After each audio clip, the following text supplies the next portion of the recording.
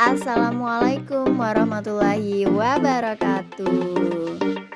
Halo anak-anak, apa kabar kalian? Semoga kalian semua dalam keadaan sehat dan dilindungi oleh Allah Subhanahu wa taala, Tuhan yang Maha Esa, dari wabah penyakit COVID-19 ini.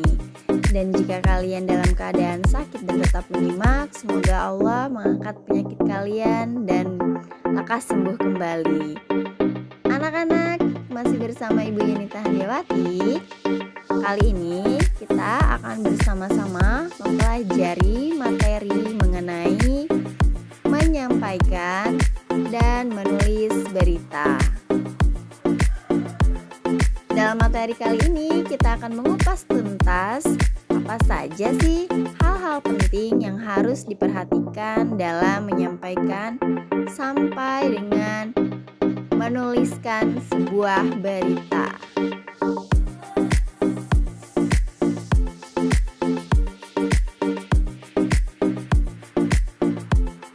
Sebelumnya kalian pastikan bahwa kalian sudah mengklik subscribe dan juga lonceng di bawah ini untuk berlangganan gratis.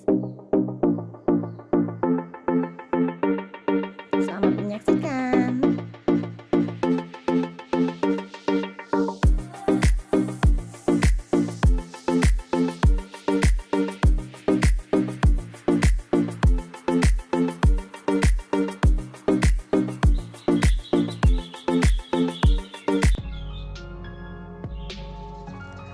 Anak-anak, langkah-langkah dalam menyampaikan informasi di sebuah berita ada beberapa hal yang penting dan harus kalian perhatikan.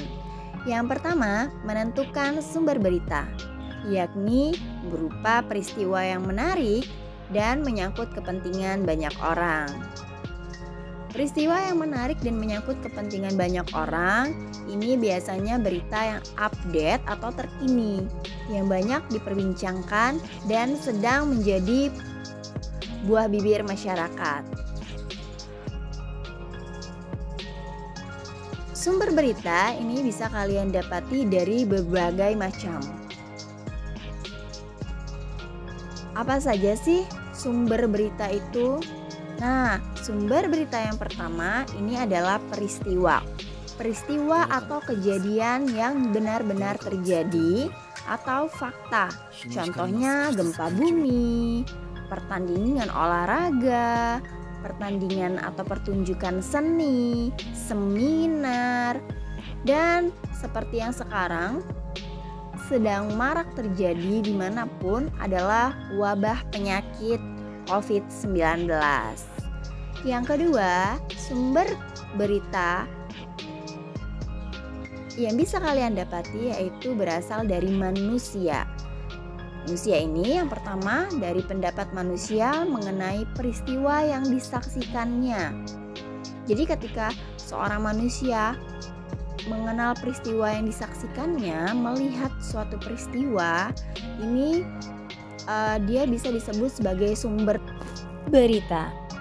Yang kedua, pendapat manusia mengenai suatu peristiwa yang tidak disaksikannya. Nah, jadi ketika dia tidak menyaksikan sebuah berita dan dia menyampaikan pendapatnya mengenai hal tersebut.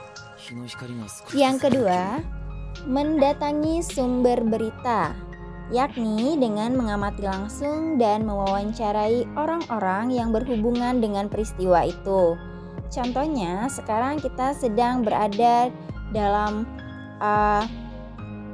wabah penyakit COVID-19. Nah, kita mesti mendatangi atau mengamati langsung dan mewawancari orang berhubungan dengan peristiwa itu. Siapa saja yang berhubungan dengan peristiwa COVID-19? Nah, bisa tenaga kesehatan, kemudian pasien yang terpapar COVID-19, kemudian dinas kesehatan, dinas pendidikan ya, karena wabah ini menyangkut pendidikan juga anak-anak, siswa, guru, kemudian orang-orang yang memiliki dampak dari COVID-19 ini atau yang berhubungan dengan peristiwa ini. Nah, ini akan bisa kita wawancarai menjadi sumber berita. Bagaimana cara mewawancarainya anak-anak? bisa melalui tatap muka secara langsung dan juga bisa melalui virtual. Karena melihat kondisi pandemi sekarang ini, kita tidak mungkin melaksanakan wawancara secara tatap langsung. Nah, maka kita bisa melakukan wawancara secara virtual. Bagaimana sih wawancara secara virtual? Kita bisa melakukan dengan Google Meet, Zoom Meeting, kemudian video call, atau juga sejenisnya. Selain dari dengan menggunakan ketiga aplikasi tersebut, kita juga bisa melakukan wawancara melalui suara saja, misalnya via telepon, ya, via voice note dan sebagainya. Nah, orang-orang yang kita wawancara tadi merupakan sumber berita kita.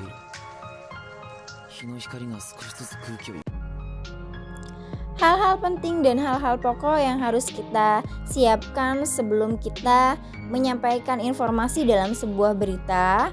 Yang ketiga adalah mencatat fakta-fakta dengan berkerangka pada pola adik simba. Kalian sudah memahami apa itu adik simba? Ya, pertanyaan apa, di mana, kapan, siapa, dan mengapa, serta bagaimana. Kalian catat fakta-fakta yang ada dalam jawaban atas pertanyaan adik simba tersebut. Nah, kemudian kalian mengembangkan catatan itu menjadi sebuah teks berita yang utuh yang disajikan mulai dari bagian yang penting ke kurang penting. Nah, sesuai dengan struktur teks berita ya anak-anak, itu menggunakan pola kerucut yang mengecil ke bawah. Nah, jadi dari yang terpenting dulu informasinya, kemudian yang penting, dan yang terakhir ekornya, bagian ekor ini merupakan bagian yang sedikit kurang penting, seperti itu. Nah, ini adik simba, apa, di mana, kapan, siapa, mengapa, dan bagaimana tadi. Ini kalian kembangkan catatan-catatan dari jawaban ini.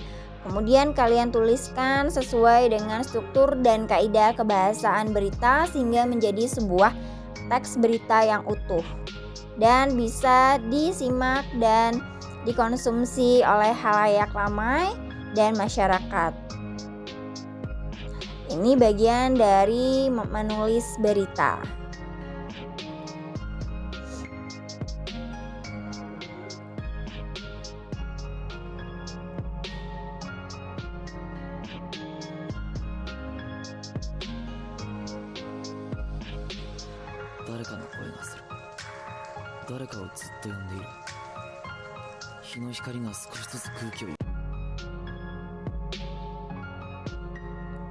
Anak-anak, di sini sudah Ibu tampilkan sebuah contoh dari teks berita yang utuh, yang sudah siap dikonsumsi oleh penyimak dan juga pembaca berita. Nah, di sini berita yang disampaikan mengenai dampak COVID-19 terhadap pendidikan anak. Ini paragraf pertama ini berkaitan dengan apa ya?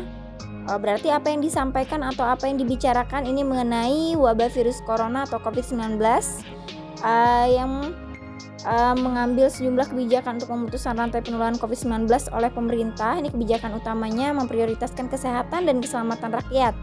Jadi kita harus bekerja dan beribadah dari rumah. Nah, ini yang diangkat oleh penulis berita ini ya. Kita lihat lagi anak-anak, ini berita selanjutnya ini masih dibahas mengenai dampak COVID-19 ini tadi ya. Di Indonesia, kebijakan apa saja sih yang dilakukan oleh pemerintah pusat sebagai cara menanggulangi dari dampak COVID-19 ini. Terutama dampak COVID-19 ini sangat dirasakan oleh para pelajar dan siswa. Karena mereka tidak bisa untuk belajar secara tatap muka dan langsung di sekolahan, tetapi mereka sekarang sudah menggunakan sistem pembelajaran online atau pembelajaran jarak jauh dengan sinkronus dan asinkronus. Ya, secara tatap muka melalui Google Meet, Zoom, dan sebagainya, serta asinkronus itu menggunakan media belajar lainnya yang tidak tatap muka. Seperti sekarang ini kalian menyimak pembelajaran melalui media YouTube, kemudian juga bisa melalui media Padlet, Google Classroom dan sebagainya. Nah, dampak ini sangat terasa sekali bagi para pelajar dan juga orang tua serta guru sebagai pendidik ya.